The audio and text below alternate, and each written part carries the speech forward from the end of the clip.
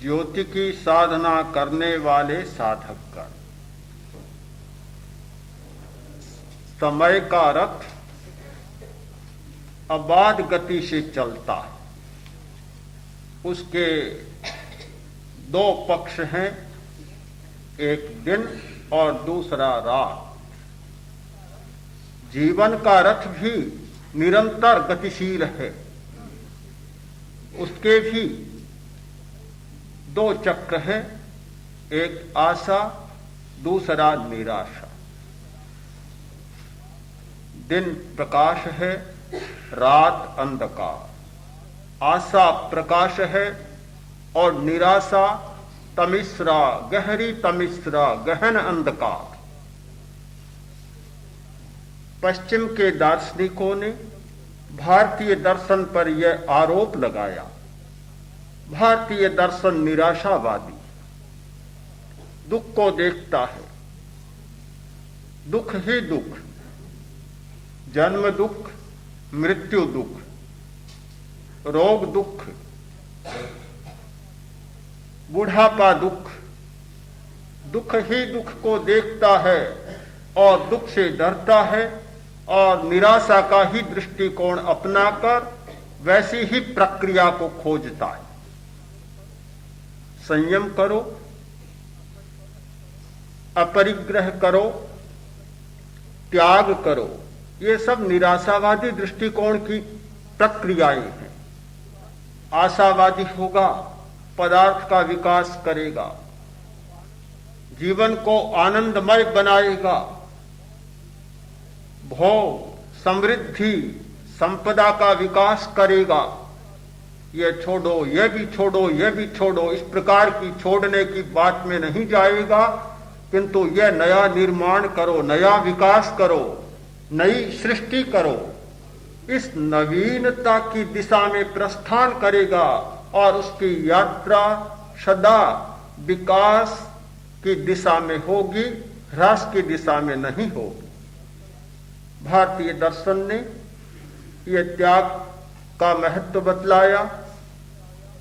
परिणाम यह आया कि भारतीय मनुष्य गरीब रह गया। भारतीय दर्शन ने अहिंसा का महत्व बतलाया।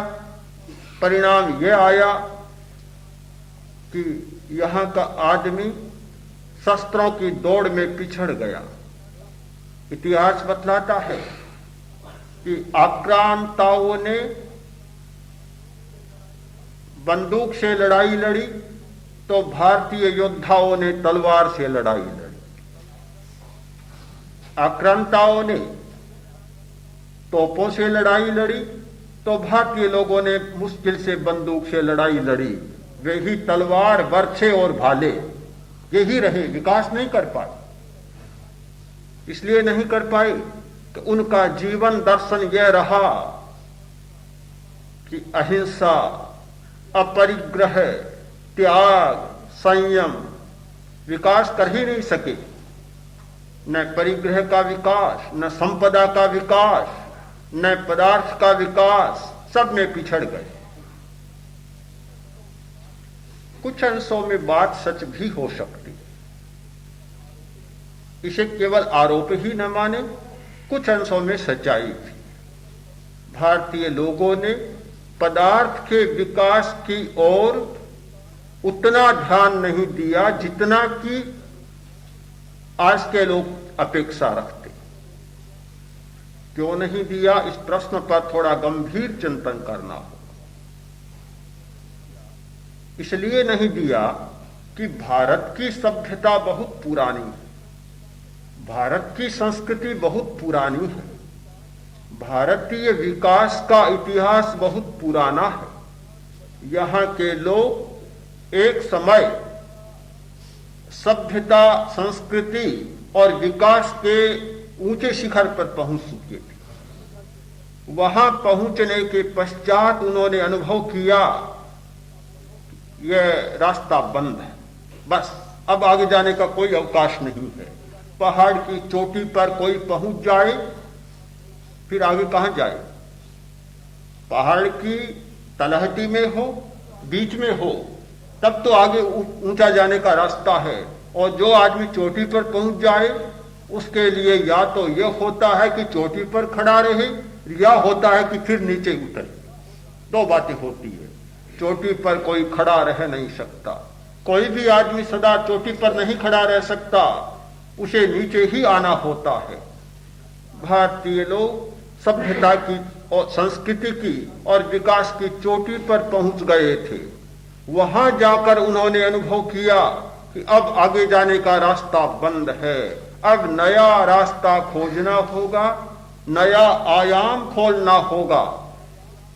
उन्होंने अनुभव किया कि पदार्थ विकास की चोटी पर पहुंचने के बाद यह अनुभव होता है कि कुछ नहीं मिला, मिला तो कुछ भी नहीं। आशा थी कि चोटी पर जाएंगे कुछ मिलेगा, जहां पहुंचे कुछ भी नहीं मिला। अब क्या करें, खाली खड़े खड़े करें क्या? ऐसा कुछ नहीं मिला कि वहां जाने पर एक ऐसा आकर्षण बने कि यहीं खड़े रहे, वह भी नहीं बना, मिला भी कुछ भी नहीं। फिर से नीचे आने का रास्ता था, उन्होंने नीचे जाना स्वीकार नहीं किया, दूसरा रास्ता चुना। इस दूसरे रास्ते को आज के लोग, आज के विचारक या दार्शनिक कहते हैं, यह निराशावाद का दृष्टिकोण है।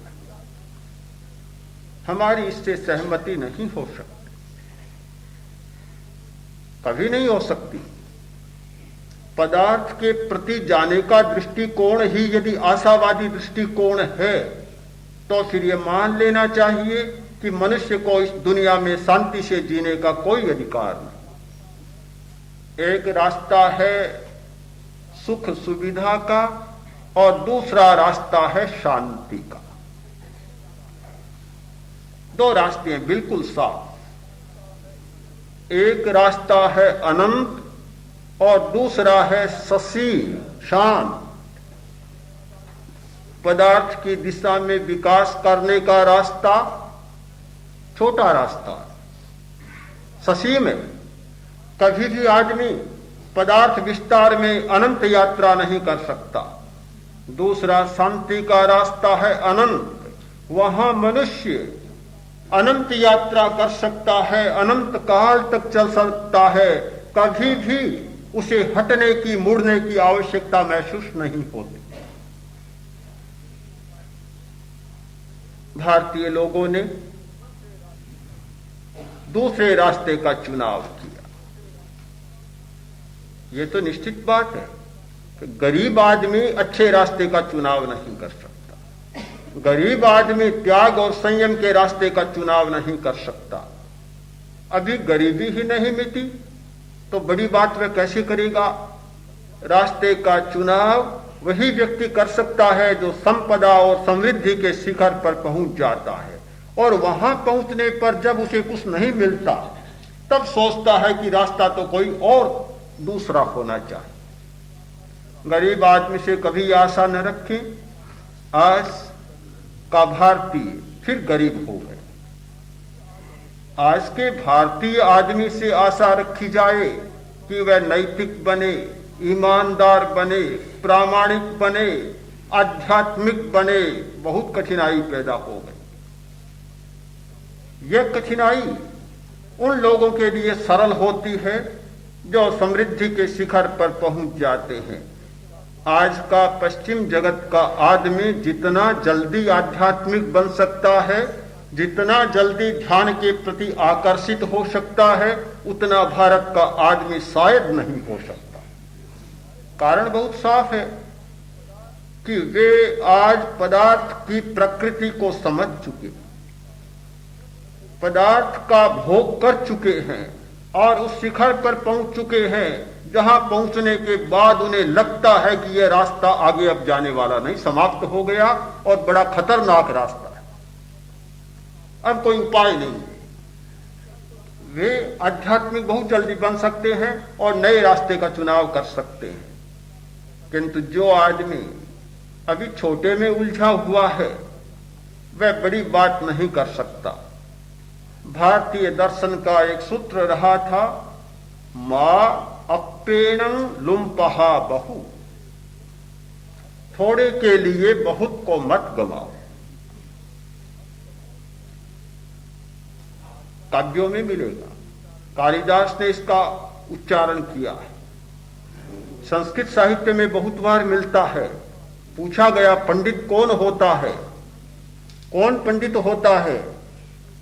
कि जो थोड़े के लिए बहुत को नहीं खोता वह पंडित होता है, बुद्धिमान होता है। राजा सन्यासी के पास गया, बहुत ख्याति सुनी, वंदना के लिए गया, वंदना की, देखा बहुत तपस्वी है,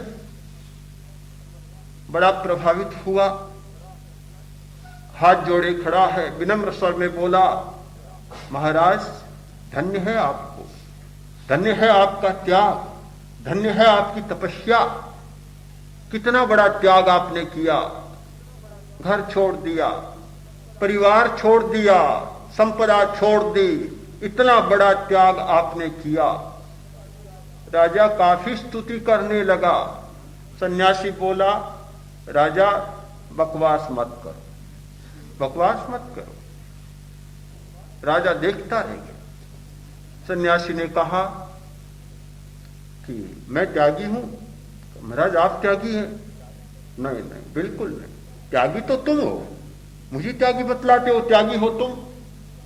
राजा आश्चर्य में पड़ गया। महाराज मैं कैसे त्यागी? इतना राज्य, इतना वैभव, इतना सुख, इतनी संपदा, इतनी सेना, सबका भोग कर रहा हूं, मैं कैसे त्यागी? त्यागी हैं आप जो आपने सबको छोड़ दिया। सन्यासी बोला, नहीं नहीं, गलत कहते हो तुम हो त्यागी। समझ नहीं पाया आपकी बात को, आप क्या कहना चाहते? सन्यासी ने कहा, मेरे सामने मोक्ष का सुख है, परमात्मा का सुख है, इतना बड़ा सुख है मेरे सामने। उस सुख के लिए मैंने थोड़ा सा धन का सुख छोड़ दिया, कौन सा बड़ा त्याग किया? तुम हो बड़े त्यागी, तो उस बड़े सुख को छोड़कर इस छोटे सुख में फंसे पड़े हो। त्यागी तुम हो या मैं हूं?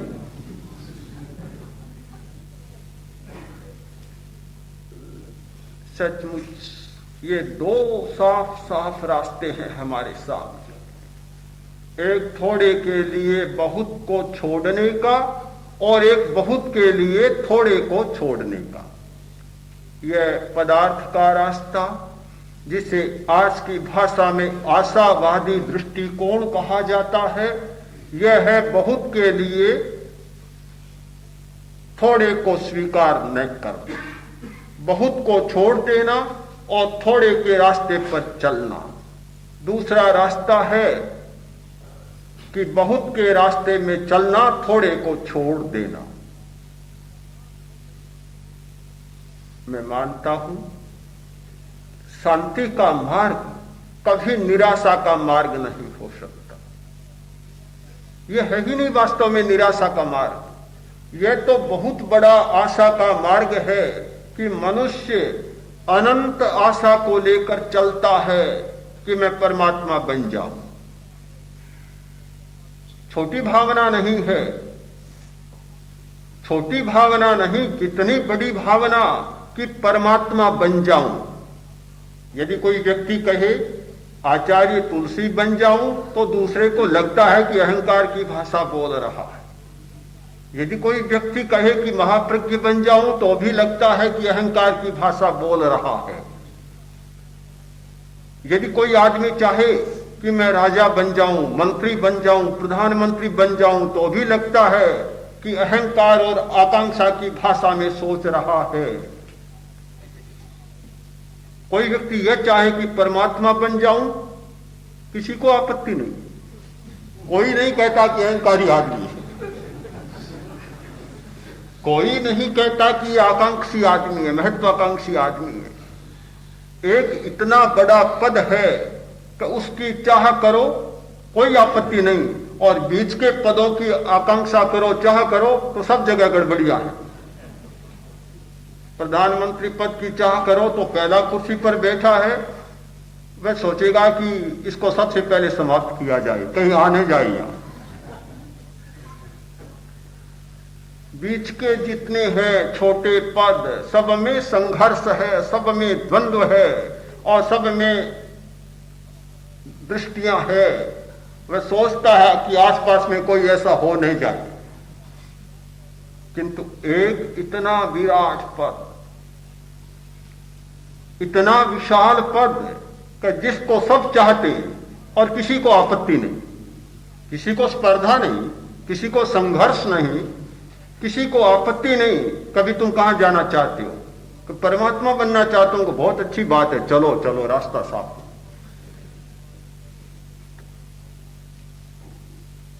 इतना बड़ा है जिसमें सब समा जाता है, कोई नहीं बचता।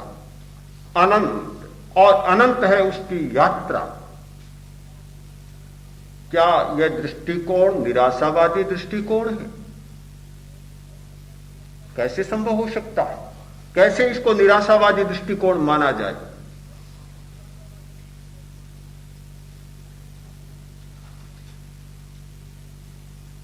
आचार्य उमास्वामी, तत्वार सूत्र के कर्ता, प्रसिद्ध ग्रंथकार और सूत्रकार, उनके सामने शिष्य आया, आकर बोला, गुरुदेव,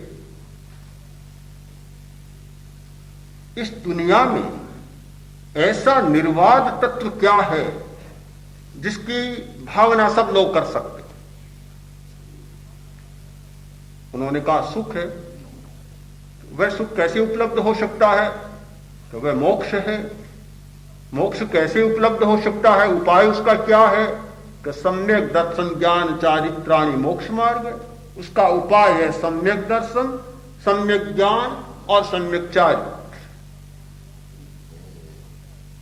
उपाय में किसी को आपत्ति नहीं, मार्ग में किसी को आपत्ति नहीं, और उस सुख में किसी को आपत्ति नहीं। यह अनंत सुख, निर्वाध सुख, यह शांति का मार्ग कभी निराशावादी दृष्टिकोण नहीं हो सकता। यह इतनी बड़ी आशा का दृष्टिकोण है कि जो आशा कभी समाप्त नहीं होती, अनंत होती है और अनंत में ही बदल जाती है, कभी उसका अंत नहीं होता। यह रास्ता, साधना का रास्ता, अध्यात्म का मार्ग, यह ध्यान का मार्ग कभी निराशावादी दृष्टिकोण नहीं है। और इसमें निराश व्यक्ति नहीं आते, किंतु वे व्यक्ति आते हैं जो पदार्थ का भोग करते करते अशांति की आग में झुलस जाते हैं, और जब शांति के लिए कोई उपाय नहीं मिलता, तब वे इस रास्ते की खोज में निकलते हैं। और इस रास्ते की खोज उन्हीं लोगों ने की है जो पदार्थ का भोग करते करते इतने अशांत बन गए कि चंदन का लेप भी उन्हें शांत नहीं बना सका। इतने अशांत बन गए, इतने महाज्वाला प्रज्वलित हो गई कि पानी भी उसे नहीं बुझा सका, सागर का सागर भी उसे नहीं बुझा सका। तब उन्होंने इस नए रास्ते को खोजा। यह परम मार्ग, परम आशावादी दृष्टिकोण कभी निराशा का दृष्टिकोण नहीं हो सकता।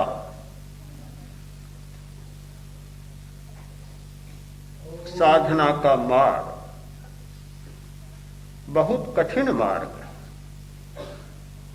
यह निश्चित माने कि निराश व्यक्ति तो इसमें आ नहीं सकता, और आलसी आदमी भी इसमें सफल नहीं हो सकता। बहुत प्रयत्न जरूरी होता है, बहुत परिश्रम करना होता है, बहुत पराक्रम करना होता है। आप ये न सोचें कि ध्यान कर बैठना निठल्लापन है। ध्यान में जितना पराक्रम चाहिए उतना पराक्रम शायद खेती में भी लगाने की जरूरत नहीं होती। एक आदमी हल जोतता है, मजे में चलता है, गाता है, गीत गाते चला जाता है, और आजकल का किसान तो रेडियो बांधे रहता है, गीत सुनता भी चला जाता है, साथ साथ में गाता भी चला जाता है। बहुत श्रम करने की जरूरत नहीं, किंतु ध्यान करने वाले व्यक्ति को तो बहुत श्रम करने की जरूरत होती है।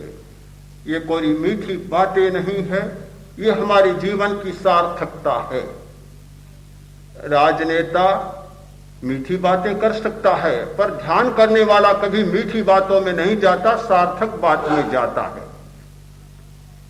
एक भाई ने कहा अपने मित्रों से कि मेरा लड़का राजनेता होगा। उन्होंने पूछा तुमने कैसे जान लिया? कैसे जान लिया? कि वह बहुत मीठी बातें करता है और उसकी बातें सुनने में बड़ी मीठी लगती हैं, पर सारी की सारी बेमानी होती है, बिना अर्थ की होती है। जो मीठी बातें करता है और अर्थ कुछ भी नहीं होता, वह राजनेता होता है। तो मेरा लड़का राजनेता होगा।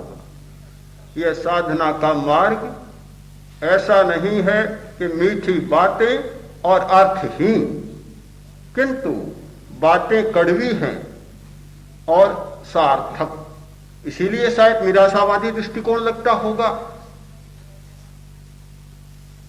जीवन की शांति का, मन की शांति का, जो सुख, संपदा, समृद्धि और सुविधा से न जाने कितनी ऊंची है, उस शांति का कोई विकल्प नहीं। एकमात्र विकल्प है चित्त की एकाग्रता, मन की चंचलता को समाप्त करना, स्नायु संस्थान और ग्रंथि संस्थान को बदल देना, मन में उठने वाले विकल्प की तरंगों, उर्मियों को शांत कर देना और जो प्रतिक्रिया पैदा करने वाली बेचैनी के रास्ते को बंद कर देना, दरवाजे को बंद कर देना। इससे बड़ा कोई दूसरा रास्ता नहीं हो सकता। मुझे लगता है एक अर्थ के दो कोण बन जाते, दो भाषाएं बन जाती हैं, दो चिंतन बन जाते हैं। अनेकांत की दृष्टि से हमने विचार किया, इसलिए दोनों बातें हमारे सामने हैं।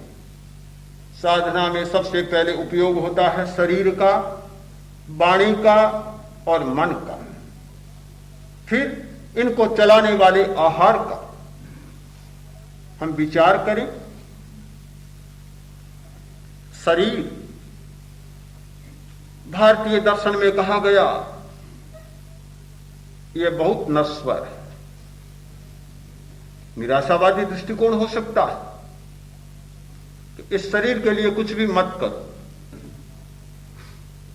एक आदमी सोचेगा शरीर मिला है, खूब खाएं पिए मजा करें, दुनिया का स्वाद ले, आनंद ले, कुछ देखा ही नहीं और शरीर को छोड़ दो, शरीर की सार संभाल मत करो, कायोत्सर्ग कर लो, व्युत्सर्ग कर लो, शरीर को त्याग दो, आहार कम करो, स्वादिष्ट चीजें, गरिष्ठ चीजें मत खाओ, ये बड़े पकौड़ियां कचौड़ियां मत खाओ, भुजिए मत खाओ। तो पैदा क्यों हुए हैं?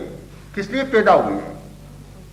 बहुत लोग इस भाषा में सोचते हैं कि अगर न खाएं तो हम क्यों पैदा हुए हैं, और अगर न खाएं तो भगवान ने इन वस्तुओं को क्यों पैदा किया है। दोनों तर्क बराबर चलते हैं। शरीर अनित्य है, इमं शरीरम अनित्यम।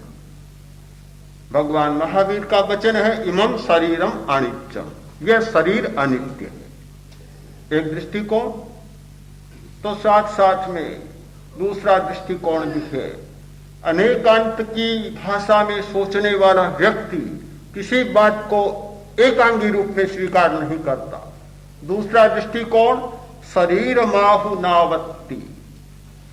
भगवान महावीर ने कहा शरीर तो नौका है, नौका जब तक तट पार नहीं चले जाते हो तब तक इस नौका को नहीं छोड़ा जा सकता, छोड़ना भी नहीं है। नौका को नौका के रूप में काम में लो, इसका शरीर का नौका के लिए उपयोग करो। तट को पार जाना है और पार जाने के लिए इस नौका को बराबर काम में लो। शरीर माहु नावत्ति जीवो बुच्चई नावियो। आत्मा नाविक है और यह शरीर नौका है। हमें शरीर का बराबर उपयोग करना होगा। उपयोग करना है, शरीर को चलाना है तो आहार भी देना होगा।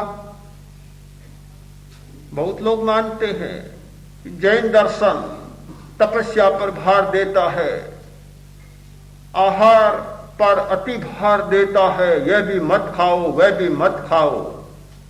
मानता हूं यह भी एकांगी दृष्टिकोण है, यह भी एकांगी दृष्टिकोण है। शरीर को चलाने के लिए खाना भी जरूरी होता है। जैन आचार्यों ने बहुत सुंदर समीक्षा की है इस विषय में। साधु के लिए प्रश्न हुआ कि साधु को साधना करनी है तो फिर तपस्या करें, क्यों खाए?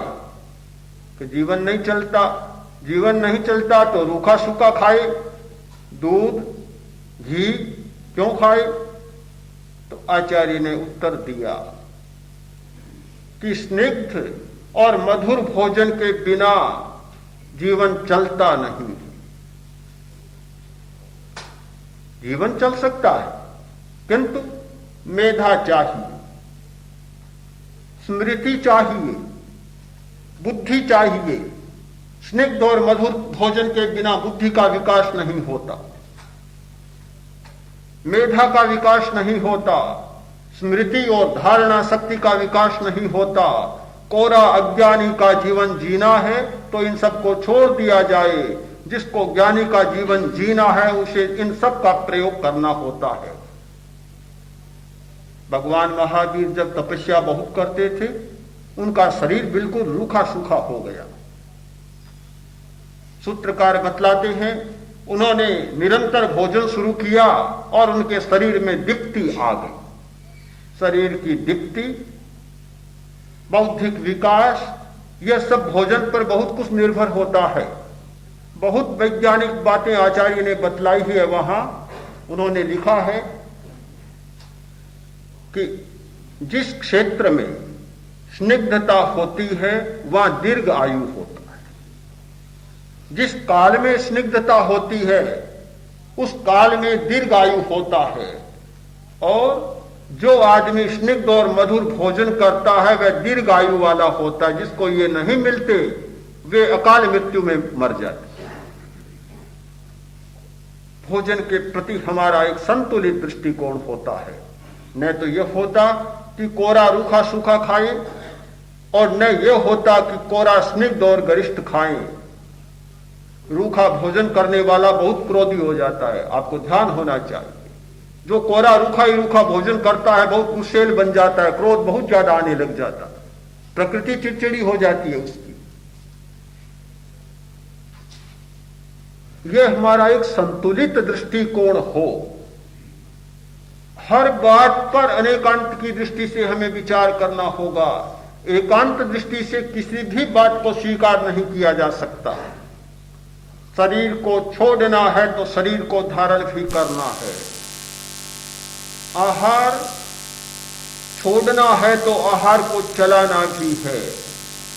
रूखा सूखा खाना है, आयंबिल करना है तो स्निग्ध और मधुर का भी उपयोग करना है। दोनों बातें साथ साथ चलती है, दोनों चक्के साथ साथ चलते हैं। संतुलन को अनेकांतवादी कभी नहीं छोड़ सकता। भगवान ऋषभ ध्यान की मुद्रा में खड़े थे। लंबा समय बीत गया और सोचा अब शरीर, लंबा समय बीत गया और सोचा अब शरीर साथ नहीं दे रहा, पालना करना है, तपस्या को तोड़ना है। एक नई दृष्टि मिली कि शरीर के दोषों को नष्ट करने के लिए, साधना में विघ्न बनने वाले दोषों को नष्ट करने के लिए भोजन छोड़ना भी जरूरी है, तो साधना की यात्रा को चलाने के लिए भोजन करना भी जरूरी है। कोई बीमार होता है, कहा जाए खाना बंद कर दो, शायद आज का डॉक्टर तो नहीं कहेगा, बहुत खाने में विश्वास है आज के डॉक्टरों का, खिलाने में भी। हाँ, किंतु कोई प्राकृतिक चिकित्सक होगा, सबसे पहले कहेगा कि खाना बंद करो, एनिमा लो, निकालो निकालो, निकालते चले जाओ, खाना भी बंद करेगा। किंतु वह यह भी जानता है कि कोरा खाना बंद करना ही काम नहीं है, बराबर ध्यान देता है कि कब फिर से खाना शुरू करना चाहिए। अगर कोरा यह कह दे कि खाना बंद ही कर दो तो प्राण शक्ति भी बंद हो जाएगी। तब तक देखता है कि प्राण शक्ति कमजोर न पड़े, तब तक खाना बंद। जब मालूम पड़े कि प्राण शक्ति दुर्बल हो रही है, तत्काल खाना शुरू कर देगा। दोनों पक्ष हमारे बराबर चलते हैं, शरीर के दो पक्ष, मन के दो पक्ष, वचन के दो पक्ष और आहार के दो पक्ष। यह संतुलन चलता है, संतुलन को कभी बिगाड़ा नहीं जा सकता। हम ध्यान के अर्थ को भी ठीक से समझ लें, साधना के और अध्यात्म के अर्थ को भी सम्यक ग्रहण करें। कभी कभी ऐसा होता है कि दृष्टि साफ नहीं होती है तो अर्थ का अनर्थ हो जाता है, और जिनकी दृष्टि साफ होती है तो वह अर्थ और अधिक सार्थक बन जाता है। हमारे सामने बहुत साफ बात है ये। एक बार ऐसा हुआ, एक अधिकारी ने सोचा कि कर्मचारी काम नहीं कर रहे हैं ठीक और इनको प्रेरणा देनी चाहिए, तो प्रेरणा के लिए कोई उपाय ढूंढना चाहिए, कोई ऐसा मोटो लगाऊं, कोई ऐसा सूत्र खोजूं, पढ़ते ही प्रेरणा जाग जाए। सोचा, लिखा दिया, ऑफिस में लिखा दिया, काल करे सो आज कर। तत्परता आएगी, काम की क्षमता बढ़ जाएगी और अधिक काम करेंगे। बहुत अच्छा वाक्य लिखाया, काल करे सो आज कर। परिणाम यह आया कि दूसरे दिन कैशियर गायब।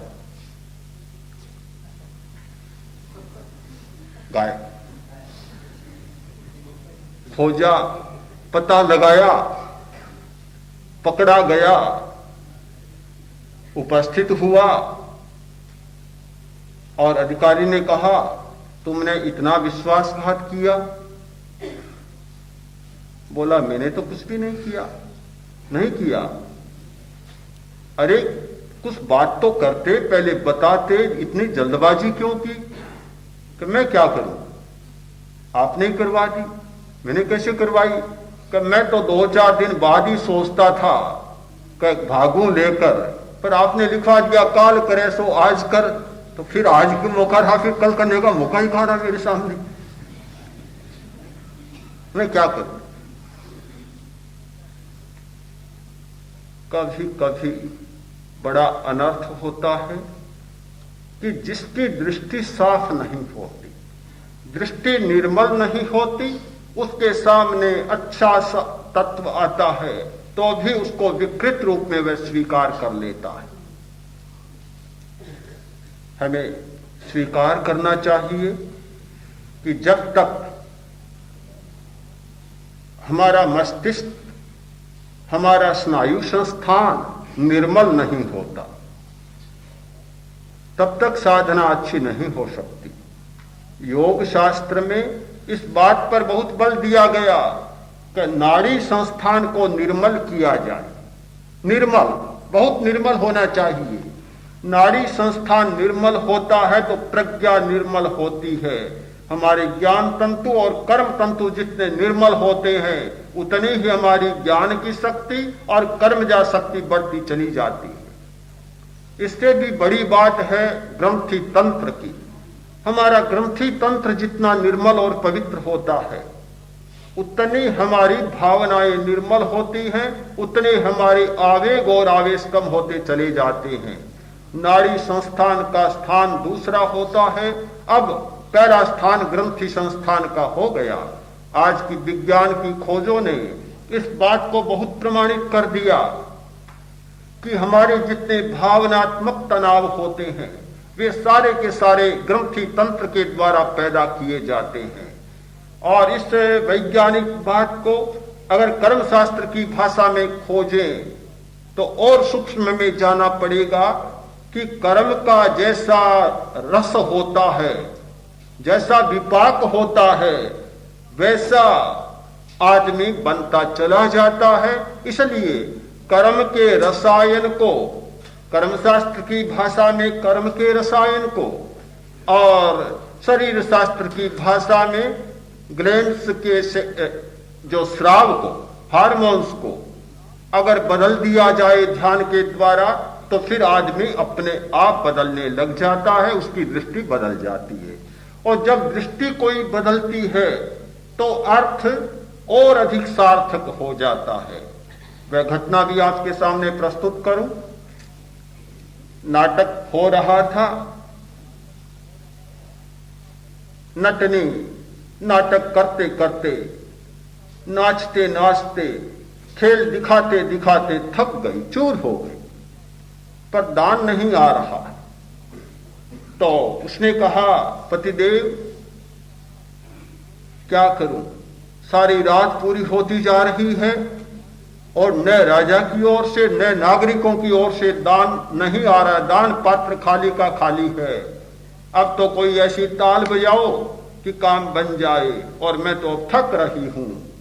अपनी संकेत की भाषा में उसने यह सारा कह दिया। उस समय नट बोला, मां प्रमादीर निशात्य।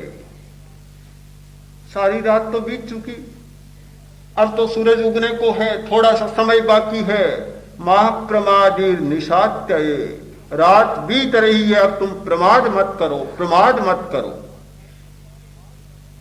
एक वाक्य ऐसा निकला कि अर्थ बहुत सार्थक हो गया। राजकुमार उठा और अपना गले का हार निकाला और नट के दान पात्र में डाल दिया। राजकुमारी उठी, गले का हार निकाला, दान पात्र में डाल दिया। और एक मुनि भी उठा, रत्न कंबल, पुराने जमाने में बहुत बढ़िया कंबल होता था जिसका नाम था रत्न कंबल, 1.25 लाख रुपए मूल्य होता था। मुनि के पास था रत्न कंबल, गया और दान पात्र में डाल दिया। राजा सन्न रह गया, देखता रह गया, ये क्या हो गया, समझ नहीं पाया। राजकुमार को बुलाया, बुलाकर पूछा, तुमने हार क्यों दिया, इतना कीमती हार, और एक नाटक के लिए इतना कीमती हार तुमने दे दिया। राजकुमारी को बुलाया, क्यों दिया। राजकुमार चुपके से बोला, राजन, पिताजी, बहुत बड़ा रहस्य। क्या है बताओ, मैं तो जानना चाहता हूं रहस्य। बता दूं सच्ची बात, बताओ। मेरे मन में एक भावना बहुत दिनों से काम कर रही थी कि पिता इतना बूढ़ा हो गया, मरता ही नहीं है, कब राजा बनूंगा, कब बनूंगा। सोचता, कभी कभी यह सोचता कि राजा को समाप्त कर दूं, यह भावना भी मेरे मन में आ गई। किंतु जब मैंने सुना मां प्रमादीर निशात्य, अरे रात बीत चुकी, अब तो थोड़ा सा बाकी बचा है, प्रमाद क्यों करता है। मेरी सारी दृष्टि बदल गई और मैंने सोचा कि मैंने बड़ा अपराध किया और यह इतना बड़ा मेरा गुरु है कि मेरी दृष्टि साफ कर दी। यह हार इसके सामने कोई मूल्य नहीं रखता। राजकुमारी को बुलाकर पूछा, तुमने क्यों दिया। बोली, इतनी बड़ी हो गई, आप शादी नहीं कर रही हैं। मेरे मन में तो भावना थी कि किसी के साथ भाग जाऊं, और भागने वाले को भी ढूंढ लिया मैंने, तो भागने की तैयारी में थी। पर मैंने सुना मां प्रमादीर निशात्य, अब कितना बचा है, थोड़ा बहुत समय बचा है, क्यों ऐसा करती हो। मुझे इतनी बड़ी दृष्टि मिली है कि यह हार उसके सामने कोई मूल्य नहीं रखता। ठीक है, साधु से को बुलाया, पूछा तुमने क्यों दिया? इसको तो शादी करनी थी, उसको राज चाहिए था, तुम्हें क्या चाहिए था जो रत्न कंबल दिया है? साधु बोला, बहुत वर्ष हो गए साधना करते करते, बहुत वर्ष हो गए, थक गया, लगा कि कुछ मिला नहीं,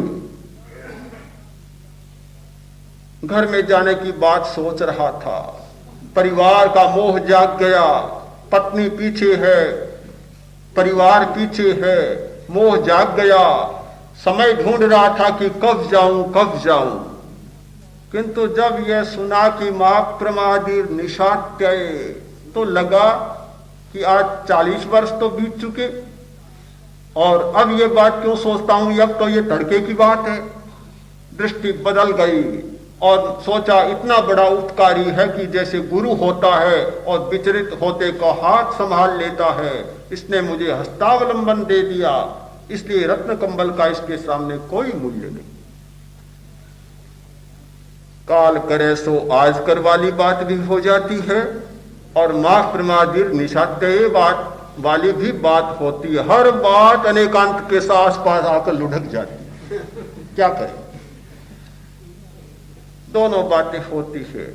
हमारी दृष्टि साफ बने, दृष्टि साफ होती है तो ध्यान का बहुत बड़ा अर्थ है, ध्यान की बहुत बड़ी सार्थकता है, अध्यात्म का बहुत बड़ा अर्थ है, अध्यात्म चेतना जगाने का बहुत बड़ा अर्थ है।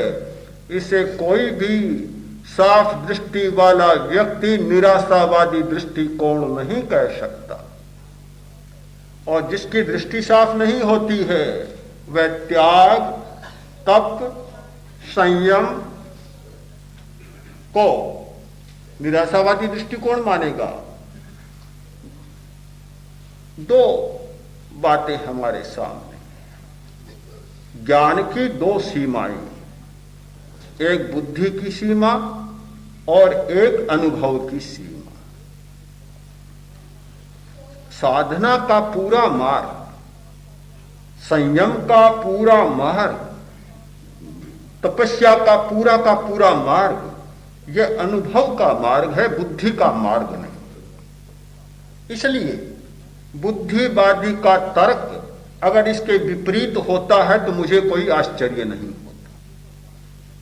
बुद्धि का काम तो है तर्क करना, और शायद मुझे लगता है कि यह संयम, साधना, ध्यान ये बुद्धि के मार्ग से पूरा खरा नहीं उतरता। बुद्धि की कसौटी पर कस ले 16 आना 100% खरा नहीं उतरेगा, क्योंकि मार्ग ही नहीं है उसका, काम ही नहीं है उसका, कैसे उतरेगा? इसके लिए कसौटी भी दूसरी चाहिए, अनुभव की कसौटी चाहिए। जिस व्यक्ति ने अनुभव की कसौटी पर कस कर देखा और अनुभव का स्वाद जिसने चखा, उसके लिए इससे परम मार्ग कोई नहीं हो सकता। यह मार्ग नहीं किंतु परम मार्ग है, यह निराशा नहीं किंतु परम आशावादी दृष्टिकोण है। और बुद्धि की कसौटी पर जो कसेगा शायद निराशावादी दृष्टिकोण कह सकता है, हमें बुरा नहीं मानना चाहिए, राष्ट्रीय भी नहीं करना चाहिए। तर्क का एक अपना मार्ग होता है, तर्क आदमी को बहुत उलझा देता है, उलझाने वाली बात होती है। तर्क का एक अपना मार्ग होता है, तर्क आदमी को बहुत उलझा देता है, उलझाने वाली बात होती है। अनुभव की बात जरा दूसरी बन जाती है। एक हेड क्लर्क ने दूसरे क्लर्कों से कहा कि जो ऑफिस का समय है, कार्यालय का समय, उस समय आप लोग चले जाते हैं हजामत कराने के लिए और बहुत समय लग जाता है, तो ऑफिस के समय में हजामत न किया। निर्देश दिया। एक क्लर्क खड़ा हुआ, बोला महाशय ऑफिस के समय में केस बाल बढ़ते हैं कि नहीं बढ़ते?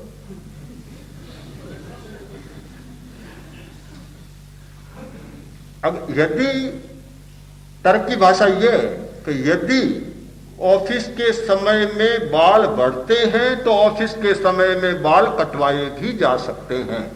आप ऐसा निर्देश दे दें, ऐसी व्यवस्था करें कि ऑफिस के समय में बाल न बढ़े तो फिर ऑफिस के समय में बाल नहीं कटवाए। भाषा होती है, बुद्धि की अपनी भाषा होती है। हम लोग बुद्धि की सीमा में जीते हैं। हमारी इंद्रिय चेतना की एक सीमा, हमारी मनस चेतना की दूसरी सीमा और हमारी बौद्धिक चेतना की तीसरी सीमा। हमने इन 3 सीमाओं का अनुभव किया है, किंतु चौथी सीमा है अनुभव ज्ञान की, अनुभव चेतना की, उसमें प्रवेश नहीं किया है।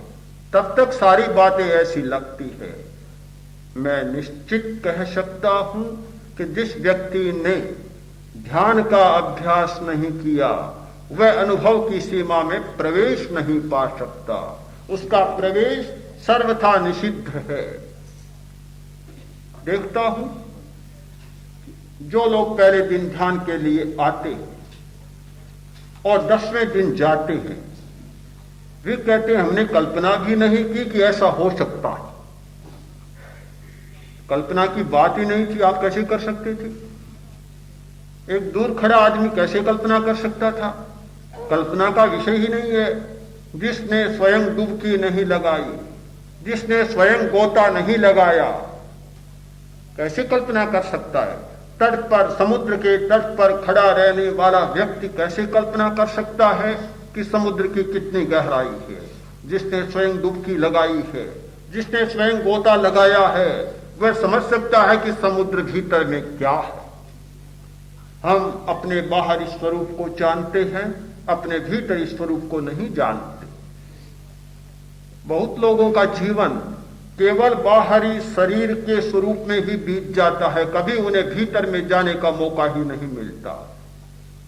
आप सोचते होंगे एक शरीर शास्त्री को, एक शल्य चिकित्सक को तो मौका मिलता है कि भीतर का सारा तत्व देख लेता है। बिल्कुल नहीं मिलता, बिल्कुल नहीं मिलता। नहीं जानता कि भीतर में क्या है। भीतर के तत्वों का पता केवल उसी व्यक्ति को लगता है जो ध्यान की गहराई में जाता है और अध्यात्म की चेतना में डुबकियां लेता है, गोता लगाता है। वही समझ पाता है कि भीतर क्या हो रहा है। पूछो लोगों से कि स्पंदन इतने जागे घबरा गए, कहां गए थे स्पंदन? क्या कोई नए पैदा हुए? पैदा बिल्कुल नहीं हुए। भीतर तो है सारे के सारे, सारे काम कर रहे हैं। शरीर की बिजली भीतर सारी काम कर रही है, किंतु जैसे जैसे हम एकाग्र होते हैं और पता लगने लगता है तब आदमी घबरा जाता। अरे इतना स्पंदन जाग गया, सारा सिर चकरा गया, सारा शरीर गर्मा गया, सारा शरीर झंझना उठा, क्या हो गया? ऐसा लगता है कि जैसे कोई एक नई दुनिया सामने आ रही है। नया कुछ भी नहीं हुआ, सब कुछ चलता था। यह कारखाना ऐसे ही चलता था, किंतु इसकी आवाज नहीं आ रही थी कानों तक। जैसे ही बाहर के कान थोड़े बंद हुए, भीतर की आवाज आने लग गई। जैसे ही मन की चंचलता थोड़ी कम हुई और भीतर का स्पर्श होने लगा, आदमी घबरा जाता है। घबराना कोई अस्वाभाविक नहीं है। क्यों? कि हम इस दुनिया से बहुत परिचित हैं, किंतु भीतर की दुनिया से परिचित नहीं है। अध्यात्म की साधना का एक ही काम है, अपने भीतर के जगत से परिचित करा देना या परिचित हो जाना। हमारा बाहर का परिचय कुछ कम हो और हमारा भीतर का परिचय कुछ बढ़े, इसमें भी संतुलन आए और भीतर को जानते जाएं। दूसरों के प्रति कम जागना शुरू करें, अपने प्रति ज्यादा जागना शुरू करें। दूसरों को थोड़ा कम जानना शुरू करें और अपने को अधिक जानना शुरू करें। यह हमारी चेतना में घटित होता है तो हमारी चेतना में गंभीर परिवर्तन शुरू हो जाते हैं और व्यक्तित्व पूरा बदल जाता है। तो बदलने के लिए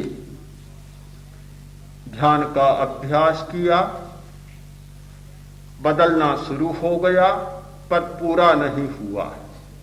पूरा नहीं हुआ है, शुरू हुआ है।